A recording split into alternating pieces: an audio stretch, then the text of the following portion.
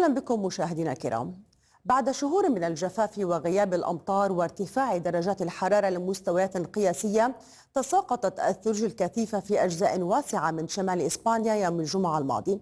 حدث تساقط الثلوج غير المألوف في منطقة لارايا الجبلية في أستوريا، وتراكم الزائر الأبيض فوق قمم الجبال العالية وأسقف المنازل وفي الحدائق العامة والشوارع الرئيسية، في حين هطلت أمطار غزيرة على أجزاء من ساحل إسبانيا المطل على البحر الأبيض المتوسط، وشملت الأمطار الثلجية كاتالونيا وبالنسيا، وذلك بعد شهور من انخفاض معدل هطل الأمطار، وذلك على طول السنة.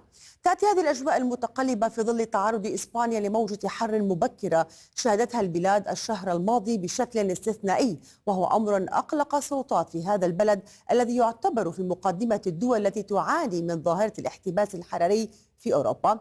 وفي هذا الإطار تضطر السلطات الإسبانية إلى التكيف مع هذا الوضع، حيث اقترحت وزارة الصحة على المناطق التي تملك صلاحيات واسعة أن تفعل خطتها المبكرة لموجة الحر المرتقبة اعتبارا من منتصف شهر مايو أيار، بدلا من بداية شهر يونيو حزيران القادم.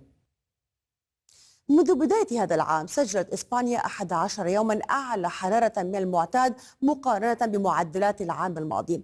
تكثفت موجات الحر الاستثنائية في السنوات الماضية في إسبانيا تحديدا، وهي الدولة الأوروبية الموقعة في مقدمة الدول التي تتعرض لتداعيات التغير المناخي، حيث تواجه أكثر من 70% من أراضيها مخاطر التصحر بسبب تفاقم الجفاف ونقص الموارد المائية المختلفة بحسب قول الأمم المتحدة.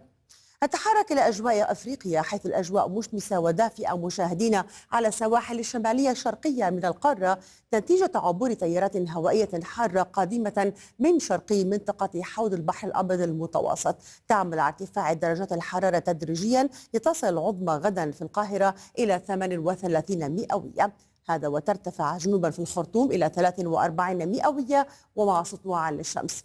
تعود الأجواء الغائمة بالتأثير على ليبيا وتونس والجزائر، ووصولا إلى سواحل المغرب الشمالية بعد تهيئ الفرص لسقوط الأمطار على فترات، وبالتالي مع درجات حرارة تم الاعتدال بشكل عام خلال ساعات النهار. ننتقل إلى حالة الطقس المتوقعة لشرق آسيا، حيث يعود سطوع الشمس أيضا في سماء اليابان ومع 31 مئوية في درجات الحرارة متوقعة في طوكيو، وهي ارتفاع مفاجئ خلال اليومين الماضيين. تبقى الأجواء مشمسة في سول، غائمة في بيجين، ماطرة بغزارة على ساحل شنغهاي ومع 22 مئوية، بينما لا تتعدى أوائل وأواخر العشرة المئوية في هونغ كونغ، وبالتالي مع 29 مئوية. في المقابل تسطع الشمس في هانوي وفي بانكوك، وتتلبد الغيوم الكثيفة في سماء هو شي مني ومع 34 درجة مئوية، وتستمر الأجواء الماطرة العاصفة بالتأثير على الفلبين ومع 31 درجة مئوية متوقعة في منيلا. إلى أستراليا، حيث تتفرق مجموعة من الغيوم الماطرة شرقا على ساحل بريسبن وفي سيدني، وبالتالي مع 18 مئوية، بينما تتشكل السحب الركامية جنوبا في ملبون وفي أديلايد ومع 7 درجات مئوية متوقعة خلال ساعات الليل.